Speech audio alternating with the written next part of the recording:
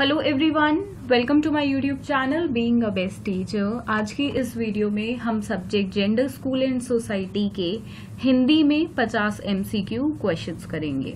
देखिए, इससे पहले इंग्लिश में हम ऑलरेडी इसी सीक्वेंस में कर चुके हैं ये सारे क्वेश्चंस।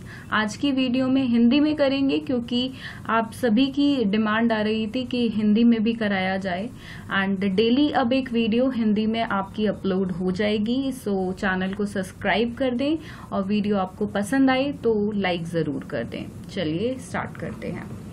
पहला प्रश्न है, जेंडर के बारे में कौन सा कथन सही नहीं है। तो चारों कथन जो हैं वो हम देखेंगे कौन सा सही नहीं है। तो आंसर यहाँ पे जो है वो है लिंग जैविक है, मतलब बायोलॉजिकली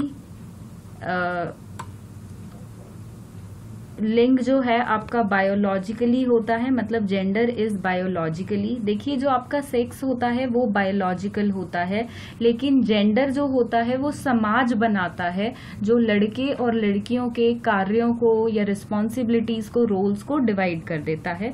तो बायोलॉजिकली नहीं होता है। बायोलॉजिकली जो हम बोल सकते हैं सिर्फ सेक्स अलग होता है, लेकिन जेंडर को कौन बनाता है, वो बनाती है सोसाइटी।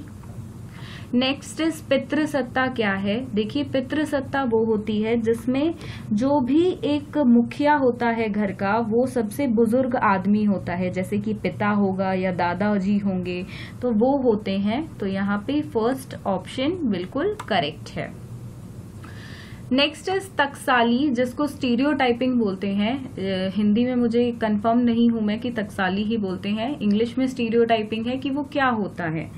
देखिए, स्टीरियोटाइपिंग मतलब एक रूढ़िवादी सोच, जो बनावटी सोच हमारी बन जाती है, पहले से चली आ रही है जनरेशन वाइज भी।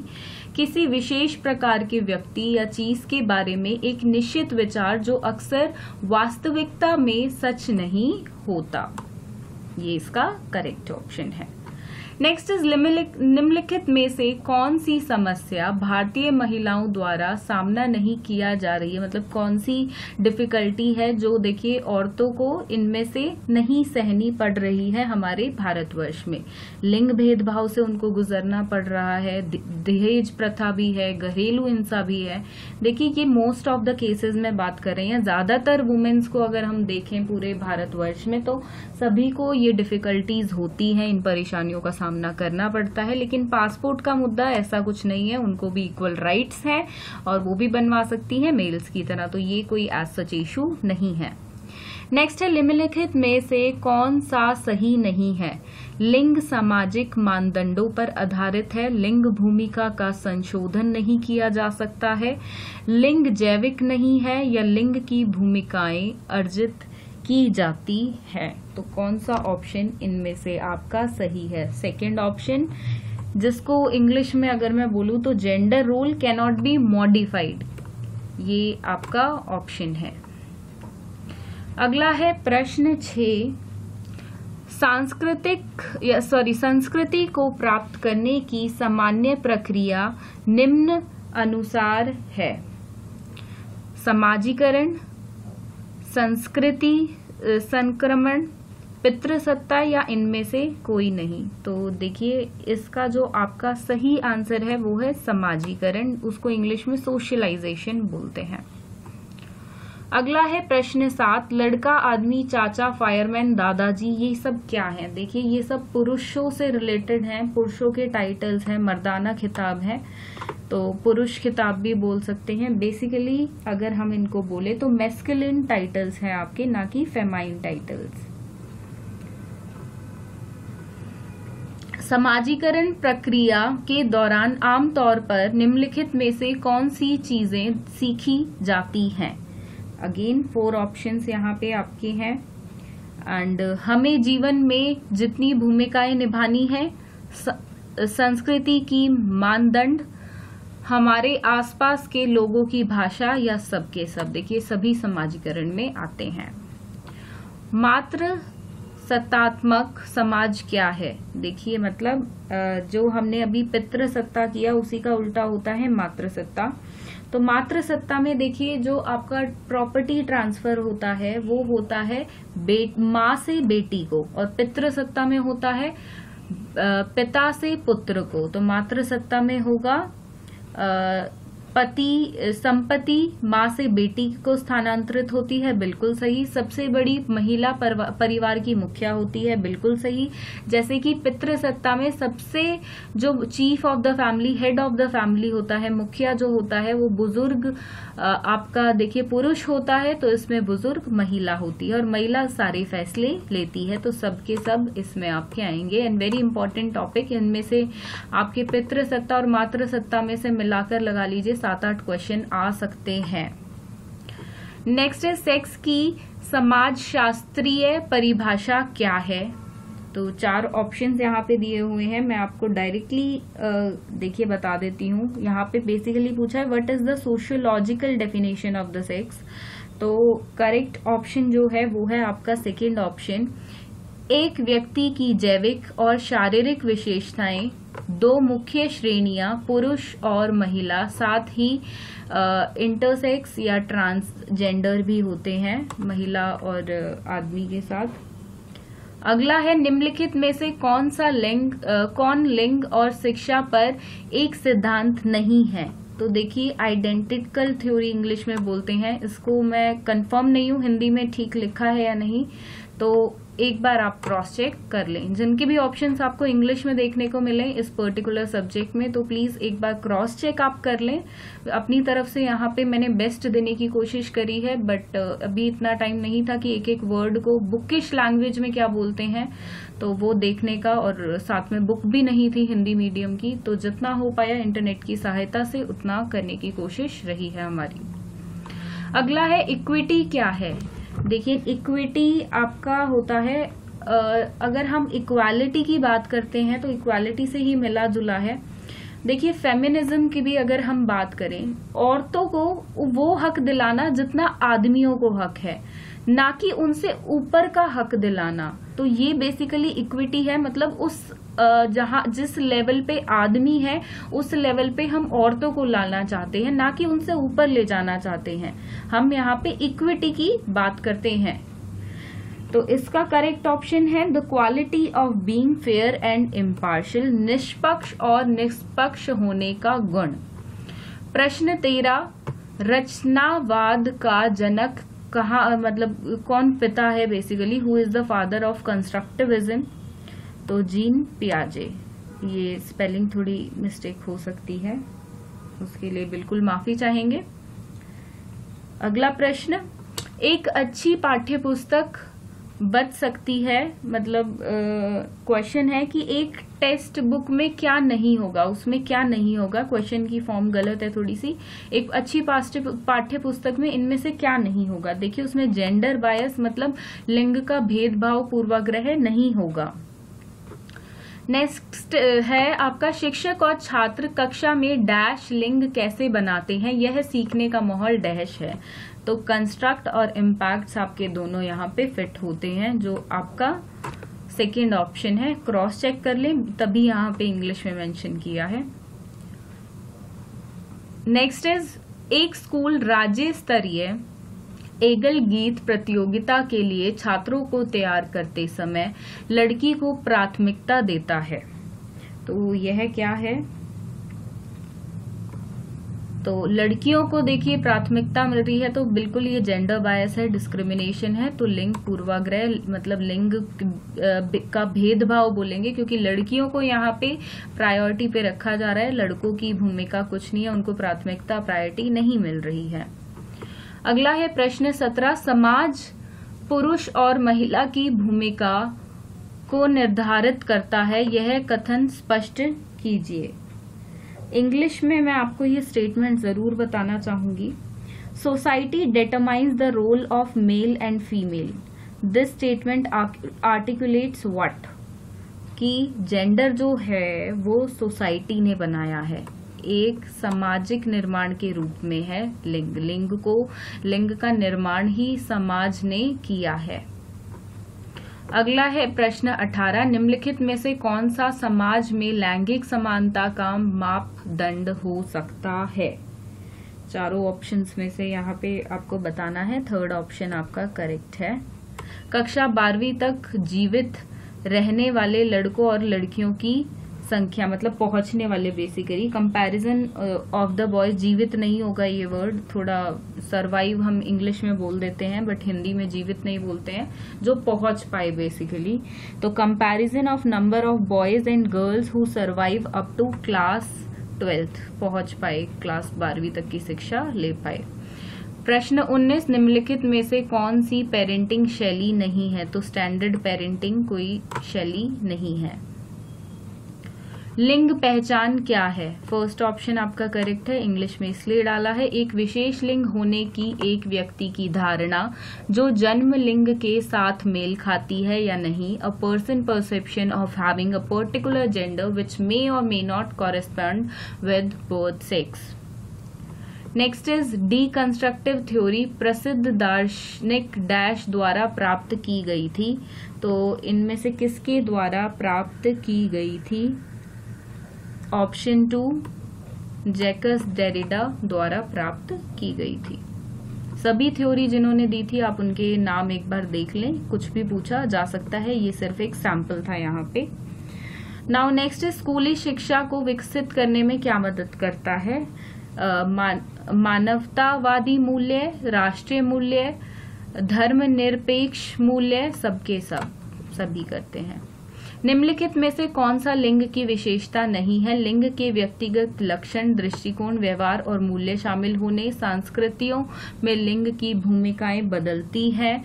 संस्कृतियों में लिंग की भूमिकाएं बदलती हैं, अगेन रिपीट हो गया। पुरुष और महिला के बीच शारीरिक अंतर, मतलब शारीरिक अंतर, फिजिकल एंड फिजियोलॉजिकल डिफरेंसेस बोलते हैं हम इंग्लिश में। तो यहाँ पे थोड़ा सा ट्रांसलेशन में डिफरेंस आ गया है एंड करेक्ट ऑप्शन भी आपका यही है।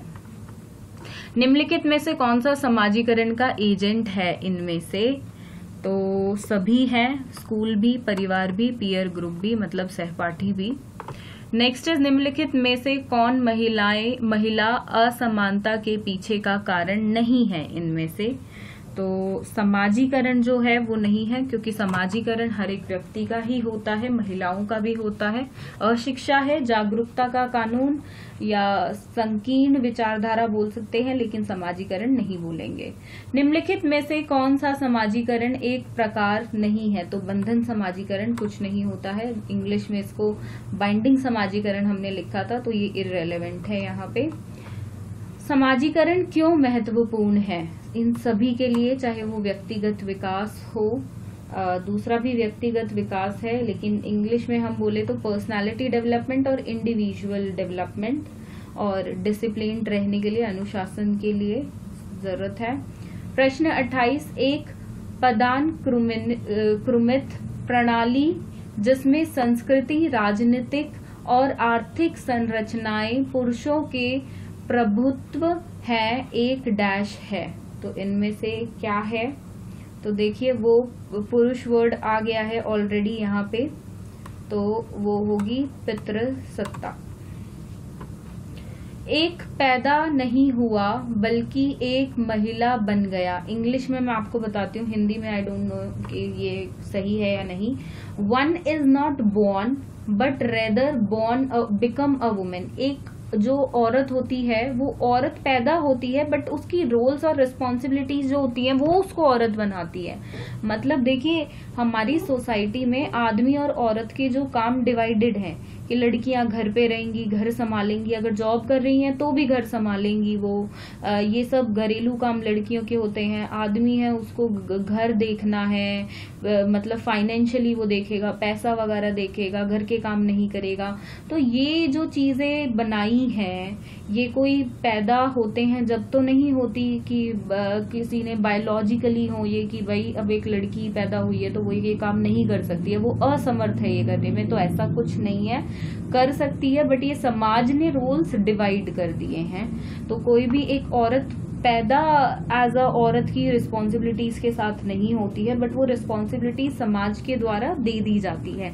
ये बहुत इंपॉर्टेंट क्वेश्चन है और ये लाइन भी बहुत इंपॉर्टेंट है। प्लीज एक बार इसको हिंदी में क्रॉस चेक कर ले एग्जैक्टली क्या है, आपकी बुक में डेफिनेटली आपको मिल जाएगी। एंड सही लाइन मिल जाती है तो कॉमेंट बॉक्स में जरूर लिख दें ताकि मुझे भी पता चल जाए, साथ में आपके जो फ्रेंड्स हैं उनकी भी हेल्प हो जाए। तो सिमोन दे बुवार ने ये कही थी। पितृदोष का क्या अर्थ है? प्रश्न नंबर 30 है ये आपका, थर्ड ऑप्शन। परिवार पिता की ओर से वंश का पता लगता है। अब देखिए, जो परिवार है वो पिता के नाम से जाना जाता है, उसी का सरनेम आगे बेटा हो पुत्री हो वो आगे अपना जो सरनेम है वो पिता की साइड का लगाते हैं, ना कि माँ की साइड का। और वंश जो है वो पिता से आगे बढ़ता है, मतलब पिता बेटे लड़के से बढ़ेगा, ना कि लड़कियों से, तो वो होता है पितृदोष बोल सकते हैं, या इंग्लिश में उसको हम पैट्रिलिनियल भी बोलते हैं। निम्न में से कौन सा लिंग असमानता सूचकांक उपाय है? 4 ऑप्शंस हैं, चारों रीड करेंगे आप, तो ये उपरोक्त सभी इसका उत्तर है। आप चारों ऑप्शंस देख सकते हैं और स्क्रीनशॉट ले सकते हैं। अदरवाइज जल्दी जल्दी करेंगे, बिना किसी वक्त के गवाए हुए किसी वक्त का नुकसान नहीं करेंगे। भारतीयों में उच्च मातृ मृत्यु दर के प्रमुख कारण में से एक क्या है? कि महिलाओं को अनीमिया है। AIWC की फुल फॉर्म है all India women conference. Second option आपका हिंदी में आ रहा था, क्रॉस चेक जरूर कर लें। वे कौन से चर हैं जो ग्लोबल जेंडर गैप इंडेक्स की जांच करते हैं? तो ये कुछ ऑप्शंस हैं यहाँ पे, and the correct option is, देखिए सभी हैं यहाँ पे, 1 2 3 4 सभी हैं। वो ऑप्शन में आपका मुझे मिला नहीं, सॉरी।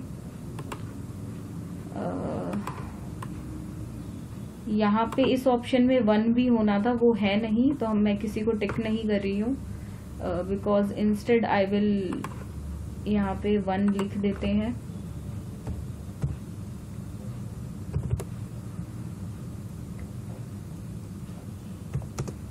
तो सभी हैं।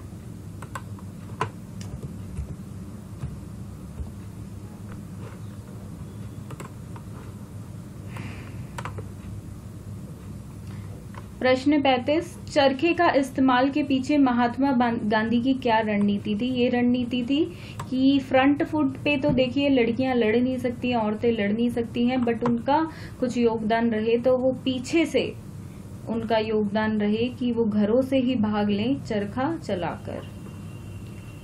अब यहाँ पे डैश वर्ष में संशोधन किए गए बाल विवाह अधिनियम ने 15 से 18 वर्ष की लड़कियों के लिए विवाह की न्यूनतम आयु बढ़ा दी थी। किस सन में बढ़ाई थी? चाइल्ड मैरिज एक्ट अमेंडमेंट जिसको बोला जाता है, तो ये 1976 में हुआ था। किसने कहा, ये वाली लाइन है, I don't wish them women to have power over the men but over themselves. ये पॉजिटिव लाइन है, बट आई डोंट नो इसको हिंदी में प्रॉपरली मैंने लिखा है या नहीं, क्रॉस चेक जरूर कर लें। तो मैरी वोल्स्टोनक्राफ्ट ने ये बोला था। निम्नलिखित में से कौन सा आमतौर पर अतीत में पुरुषों द्वारा हावी रहा है? धार्मिक संगठन, फौजी, इन दोनों में से कोई नहीं है, सी ऑप्शन हो नहीं सकता, तो कोई भी आंसर नहीं है। डैश परिवार में पति अपनी पत्नी के घर में रहने जाता है, जो पर्सनली मुझे बहुत पसंद है अगर ऐसा हो जाए हमारे देश में। तो मैट्रियार्कल सोसाइटी में जैसे अपने यहाँ लड़कियां जो होती हैं वो पति के घर रहने जाती हैं, तो उसका उल्टा मातृसत्तात्मक जो सोसाइटीज होंगी उन समाज में होगा कि जो आदमी है, पति है, वो औरत के घर रहने जाएगा, पत्नी के घर शादी के बाद। यदि परिवार में संतान को माता का नाम विरासत में मिलता है तो उस परिवार को हम क्या कहेंगे? उस परिवार को हम बोलेंगे मैट्री पोटेस्टल। आई थिंक ये, हाँ, ये करेक्ट वर्ड है, मतलब मैट्रियार्की से ही रिलेटेड है, आप उसका सिनोनिम लगा सकते हैं, प्राइवाची शब्द उसका एक तरीके से इंग्लिश में।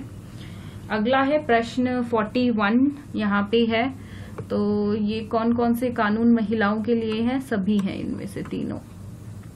भारत में महिलाओं के साथ भेदभाव किया जाता है, सामाजिक लेवल पे भी है, राजनीतिक पे भी है, आर्थिक लेवल पे भी है, तो उपरोक्त सभी। एक महिला या एक पुरुष, जो ये है मैं इंग्लिश में पढ़ती हूँ, अ वुमन और man who believes in equal rights and opportunities for main and women. परिभाषा के लिए सही विकल्प का चयन करें। देखिए इंग्लिश ट्रांसलेशंस जो सेड वर्ड्स हैं, जो किसी ने कहा है, बिल्कुल उसकी एग्जैक्ट आप प्लीज एक बार चेक कर लें। इनमें मुझे खुद डाउट है, बट स्टिल जितना ट्रांसलेशन मैं कर पाई, सो दैट आपको एक आइडिया तो मिल जाए कि मैंने लिखने की कोशिश यहाँ पे क्या की है एंड इंग्लिश में एग्जैक्ट वर्ड क्या है। तो इसको नारीवाद, फेमिनिज्म बोलेंगे, फेमिनिस्ट बेसिकली। प्रश्न 44 है यहाँ पे, इक्वल वेजेस एक्ट क्या दर्शाता है कि आदमी और औरत को सेम काम के लिए सेम सैलरी मतलब वेतन मिले। प्रश्न 45, जब हम लिंग विभाजन की बात करते हैं तो हम आमतौर पर इसका उल्लेख करते हैं, इनमें से हम किसका उल्लेख करते हैं? समाज द्वारा पुरुषों और महिलाओं की असमान भूमिकाएं। प्रश्न 45। अगला है क्वेश्चन नंबर 46, निम्नलिखित में से कौन सा कथन सत्य है? महिलाओं को समान वेतन का अधिकार है, बिल्कुल सही है। महिलाओं को गरिमा और शालीनता का अधिकार है, मतलब राइट टू डिग्निटी और डिसेंसी भी है, वो औरतों को भी है, आदमियों को भी है। घरेलू हिंसा के खिलाफ महिलाओं का अधिकार है, बिल्कुल है। तो ये सब है। नेक्स्ट इज एथनिसिटी क्या है? तो एग्जैक्ट डेफिनेशन है। डेफिनेशंस देखिए, आपको बिल्कुल परिभाषाएं लर्न कर ले। परिभाषाएं एग्जैक्टली आपसे पूछी जाएंगी, fill in the blanks form में भी आ सकती हैं कि क्वेश्चन में आपको परिभाषा दे दें और बीच में एक डैश दे दें और 4 ऑप्शन दे दें, आपको एक चुनना हो, तो उसमें फिर भी इजी हो जाता है। लेकिन डायरेक्टली पूछ लेते हैं कि ये क्या है बताइए, तो वो 4 ऑप्शन सिमिलर देते हैं। यहाँ पे जो क्वेश्चन मैंने फ्रेम करे उनमें इतने सिमिलर ऑप्शन आपको नहीं मिलेंगे, बट एग्जाम में आपको इतने सिमिलर क्वेश्चन मतलब ऑप्शन देखने को मिलेंगे, विकल्प देखने को मिलेंगे कि आपको लगेगा ये तो सभी आंसर हो सकते हैं, या 2 विकल्पों में तो बिल्कुल आप कंफ्यूज हो जाएंगे, जैसे कि आपके अदर एग्जाम्स में CTET, SSC, railways etcetera exams में भी होता है। सो बी प्रिपेयर्ड फॉर दैट। तो परिभाषाओं को अच्छे से कर लें। रेसिज्म क्या है? अगला क्वेश्चन है। सो एक विश्वास कि कुछ लोगों की दौड़ दूसरों की तुलना में बेहतर है, मतलब the believe the some races are better than, मतलब कुछ जो वर्ग हैं वो अगले वर्गों से बेहतर हैं, कुछ अलग वर्गों से बेहतर है। ऐसा है नहीं, बट इसी चीज को जो कुछ लोग समझते हैं, जिनकी बुद्धि में ये बात नहीं आती है कि सभी इक्वल हैं, जो करते हैं ये सब जातिवाद वगैरह, तो उनको रेसिज्म या रेसिस्ट बोलते हैं हम। समाज सुधार आंदोलन क्या है? सोशल रिफॉर्म मूवमेंट क्या है? ऑप्शन नंबर सी आपका करेक्ट है। एक सुधार आंदोलन एक प्रक्रिया का सामाजिक आंदोलन है जिसका उद्देश्य एक सामाजिक या राजनीतिक प्रणाली को समुदाय के आदर्श के करीब लाना है। मतलब इंग्लिश में बता देती हूं मैं आपको, a reform movement is a type of social movement that aims to bring a social or political system closer to the communities ideal. आखिरी प्रश्न, भारतीय सामाजिक सुधार आंदोलन के प्रयासों के साथ कौन जुड़ा है? इनमें से देखिए, राजा राममोहन रॉय जी का नाम जुड़ा है। तो ये थे 50 MCQ मल्टीपल चॉइस क्वेश्चंस आपके subject gender, school and society के। एंड होप सो आप सभी को हिंदी में बहुत हेल्प मिल गई होगी। हाँ, काफी हद तक मैं नहीं कर पाई वीडियो में और क्वेश्चंस में बहुत कमियां आपको मिल गई होंगी, बट हिंदी में कभी ट्रांसलेशन किया नहीं, पहली बार कोशिश की है।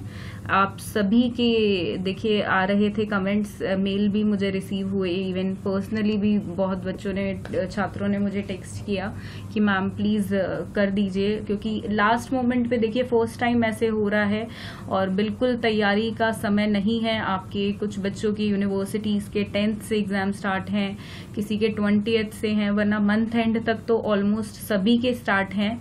तो जितनी तैयारी हम करा सकते हैं उतना कराने का प्रयास रहेगा। इंग्लिश में भी वीडियो डालने की कोशिश रहती है, हिंदी में भी, कि डेली एक वीडियो तो एटलीस्ट आ ही जाए, एंड इंग्लिश और हिंदी दोनों मीडियम के जो भी छात्र हैं वो पढ़ पाएं। क्योंकि देखिए इंग्लिश और हिंदी लैंग्वेज से कुछ फर्क नहीं पड़ता है, आपको समझ में कितना आता है, आपके अंदर इंफॉर्मेशन कितनी है, नॉलेज कितनी है आपके पास, सिर्फ वो चीज वैल्यू रखती है, अदरवाइज लैंग्वेज कोई वैल्यू नहीं रखती है। और बहुत अच्छा है जो स्टूडेंट्स इंग्लिश हिंदी दोनों में पढ़ लेते हैं, जैसे मैं भी कर लेती हूँ हिंदी इंग्लिश दोनों में। थोड़ा सा हिंदी वीक पॉइंट है, बट करना बिल्कुल उसमें भी कोशिश रहती है कि इसमें भी पढ़ाई हो जाए, एंड बिल्कुल कर भी पाती हूँ मैं। तो ऐसा ही आत्मविश्वास आप रखें और इंग्लिश हिंदी दोनों लैंग्वेजेस में सीखें, क्योंकि दोनों की ही आवश्यकता है आपको अपनी लाइफ में। तो यही था इस वीडियो के माध्यम से आप सभी के लिए। वीडियो आपको पसंद आई हो तो लाइक कर दें, अपने मित्रों के साथ शेयर कर दें और चैनल को सब्सक्राइब कर लें। साथ में एक बेल आइकन घंटी होती है उसको भी प्रेस कर दें, ताकि आपको हर नोटिफिकेशन चैनल पे जो भी डले वक्त से मिल जाए। सो यही था। Thank you.